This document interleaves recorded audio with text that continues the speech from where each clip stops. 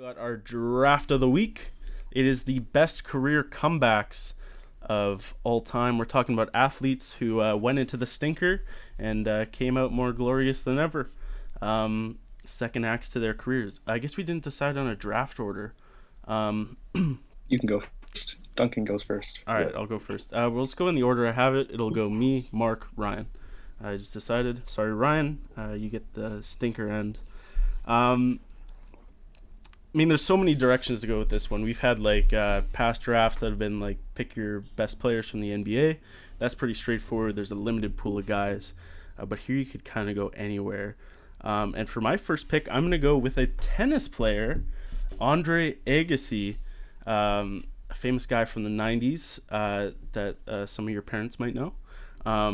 He was a great tennis player. Kind of ended up having an existential crisis in the middle of his career because his dad forced him into tennis.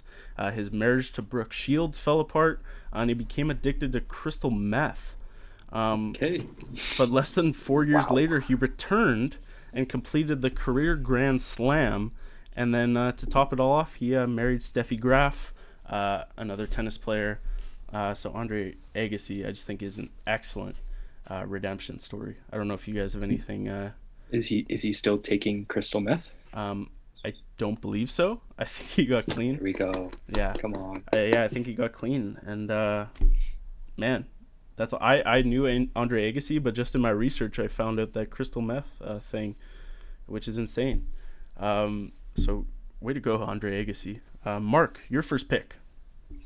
I guess Yeah, mine is not as as extreme as yours. I Uh-huh. kind of just picked one that I've been following, which was Jimmy Butler. Right. Started off with a great career in Chicago, made a name for himself, and then he bounced around between Minnesota and Philly, and didn't have good years there. Very little success, and the media played him out to be just a really terrible teammate. And then you look at this year when he got traded to Miami, and they ended up in the finals. He showed how great of a leader he is, how great of a teammate he is, and yeah, he put up great numbers. So that's my Mm-hmm. kind of best comeback. With 2-3 years of having a rough time in the NBA, but For sure. I didn't think he was coming back. Yeah, definitely. yeah, I thought he was done for. yeah, Um, me so too. yeah, great pick. He kind of had that weird donut hole in the middle of his career. 76ers, Timberwolves, kind of the end of Yeah, his Bulls time. It was just weird. Yeah, it was weird, and it was all over the place, and nobody seemed to like him. And here he ends up with Miami, which looks like a great situation for him. Ryan, your first pick. So my first pick, I'm taking it to golf. Golf. A man named Ben Hogan. Ben Hogan. Some of you may know, some of you may not. He's a golf legend and Hall of Fame golfer who has his own line of clubs. So he had a career from 1938 to 1959. Whoa. And he won 63 pro tournaments. what the heck? And so halfway through his career, in 1949, he had a collision with a bus Oh my god. because he drove to most of his tournaments. Mm-hmm. And it left him with a double fracture in his pelvis, a fractured collarbone, Ooh. a left ankle fracture, a chipped rib, and a near fatal blood clots. Oh. And doctors basically told him, look, you're gonna make it, but you're not gonna be walking again, and you're definitely not gonna be playing golf ever again. And 16 months after this horrific incident, he was back. He was trying to make it again. 1950, he was back in the tournament, Wow. and in 1953, he won 3 championships in 1 year. Whoa. So yeah, just an incredible story for somebody that was basically broken down Mm-hmm. and was able to make it back to sport. Holy crap. Yeah, I was Love that. unfamiliar with Ben Hogan. I don't know many golfers from the 40s. So, but wow, what an interesting story. I'm going to have to go look that up afterwards. Ben Hogan is Ryan's first pick. And we move over to my second pick. And I am going to go with I'm going to go with Michael Vick. Michael Vick is a guy, controversial. He was facilitating a dogfighting ring on a property he wasn't living in Virginia. And I always like to make that stipulation a little bit. He's still guilty. Don't get me wrong. But he wasn't the one doing the dog fighting, which I think is kind of a common misconception. But he was facilitating it. He was absolutely guilty. He served his time in prison.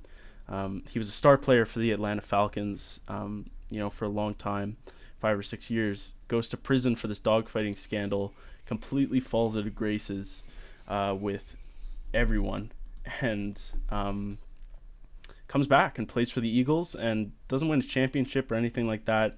But I think just the personal redemption is what attracted me to the Mike Vick pick here, guys. Any thoughts on Michael Vick? Yeah, I know the whole situation is quite controversial, but he was a good player when he focused on football. So yeah, I mean, anytime you can leave your sport, get mixed up in all this stuff, but then remove it and get back to where you were. Mm-hmm. I think it's a good story. So. Yeah, no, we won't get too much into the ethics part of it. But yeah, great comeback for Mike Vick. Mark? Great pick. Yeah, dang, my pick stories are not as extreme as your guys's. I picked Kyle Lowry. Kyle Lowry? So I was just looking at like the timeline of his career. He spent like his first 6 years in the league, just no success. He was labeled as immature and not a good teammate, not a good leader. And then he got traded to the Raptors. First couple of years in the Raptors, also very little success. Mm-hmm. And then when him and DeRozan became a duo, like they kept losing to LeBron 3-4 years in a row. And then you just look at the championship season. I mean, like huge role, like leadership wise. Yeah. Absolutely. And like the numbers he put up, like one of the best defenders at the guard position in the league. Mm-hmm. And like now he's being debated and in the conversation for being in the Hall of Fame. So I think it's a really cool journey he's been on. Mm-hmm. So that is why I chose Lowry, hometown guy. Right on. Toronto man. Yeah, I think it's interesting. He spent a bunch of years in Houston, where nobody remembers that he was. And had a great Lowry. Yeah, had a great second part of his career. Ryan, your second pick. So unlike Mark, all my stories are actually feel good stories. Yeah. I wanted to get away from the Jordans and all that. Mm-hmm. So my pick is in the NHL, Bobby Ryan. He was the 2019-2020 Bill Masterson's Trophy Award winner. For much of last season and much of this season, he didn't really play.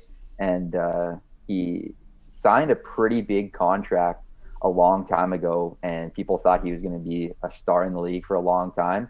So to just see him disappear was pretty absurd.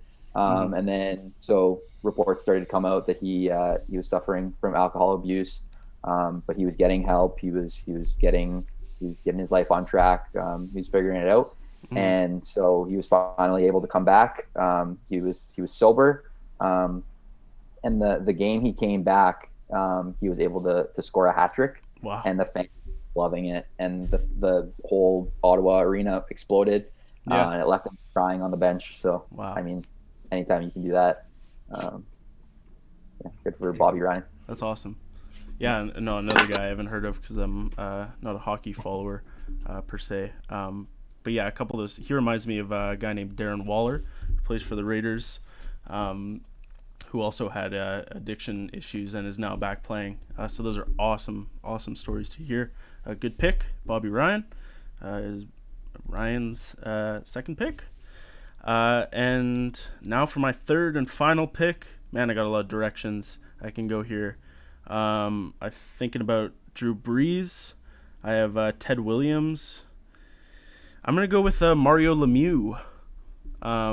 Mario Lemieux, okay. The legend of the Pittsburgh Penguins, retired in 1997 after dealing with chronic back issues and lymphoma. He retired in 1997. He was immediately inducted into the Hall of Fame. And then 3 years later, he decides he's not done, comes back and plays 170 more games and leads the Canada national team to hockey gold in the 2002 Olympics. Maybe not the best comeback because he kind of walked away on his own, but I just think it's such a hilarious story I wanted to hit on. that he's in the Hall of Fame and actively playing hockey. Just to build off that, I honestly think that Mario Lemieux, if he was healthy his entire career, that he would have ended up probably competing for the best NHL player to ever play the game. Yeah. Wow. Yeah, no, He's really he's another one of those guys who I was aware of at a very young age. Yeah. And Pittsburgh. awesome player. Let's move it along. Mark, your third inspiring story. I don't know about inspiring with my last 2 picks. Dang, I was thinking of somebody. I didn't write down a third pick. Sean Livingston. Sean Livingston, good one. That's a great, highly recruited 5-star player coming out of high school. Came into the league and had a nasty injury. Like his knee just blew up. Oh God, yeah. And it was really bad. It's the worst. And yeah, like it's if as you guys bad want as to watch that the Paul video, George one, like the Paul yeah, George leg it was injury. Those probably two one of the are shocking leg injuries. Yeah, it was gross. Yeah. Yeah. So like doctor said, he probably won't be able to walk, and probably won't be able to play basketball. Mm-hmm. But he signed with the Warriors, won a couple of championships with them, and it's not like he was riding the bench. I mean, he played. No. Like he was coming off the bench, putting up points. And yeah. Yeah, Sean Livingston was Shout by out far him. my favorite guy on those Warriors teams. Coming off the bench, he's so different from Steph Curry. Like he's so tall. He's a great passer. He plays inside, and yeah, that knee injury when he was playing for the Clippers at the time, right? Yep. Is that right? Yeah, he just shatters his leg. So wow, yeah, great pick, Mark. Coming back for your third pick. Thank you. First two were Thank good. you. Your first two were good too, but that's a great one there. Sean Livingston. Ryan, your third pick to finish off the draft. You got the whole world in your hands. My third pick, pretty inspiring woman, to be honest. I'm going to go with Bethany Hamilton. Oh, I don't know if you guys know this. She's an American professional surfer who had her left arm bitten off by a shark. And if you haven't watched the movie Soul Surfer, I watched that years ago, and I thought it was an amazing movie. Yeah. So the incident happened in 2003, and if I was her, I would, oh my gosh, I would probably end up like in a dark room, like never doing anything ever again. And certainly never go near the ocean again. Yeah, never. And so from 2003, just looking at her track record, 2004 first, 2005 first, 2006 fifth, 2007 first, 2007 again first. She was able to overcome such a horrific injury, and she's such an inspiration to so many people in the surfing community. So Bethany Hamilton, my third pick. Yeah, Bethany Hamilton for sure was on my list. I thought about her during the research part. Yeah, I mean, none of the other people we've talked about had a limb bit off by a shark. That's just a whole nother level of having to come back. Even Sean Livingston, he still had his leg in some capacity, but getting it bit off by a shark is a whole nother game. Great pick. Yeah, very good pick, Ryan. Way to end us off. That is our draft. Best career comebacks, real quick. I had Andre Agassi, Mike Vick, and Mario Lemieux. I thought I wrote down Mario Chalmers for a second, which would be wrong. Mark had Jimmy Butler, Kyle Lowry, and Sean Livingston. And Ryan had Ben Hogan, Bobby Ryan, and Bethany Hamilton. Ryan went into the weeds for this one. Attaboy. So that's our draft.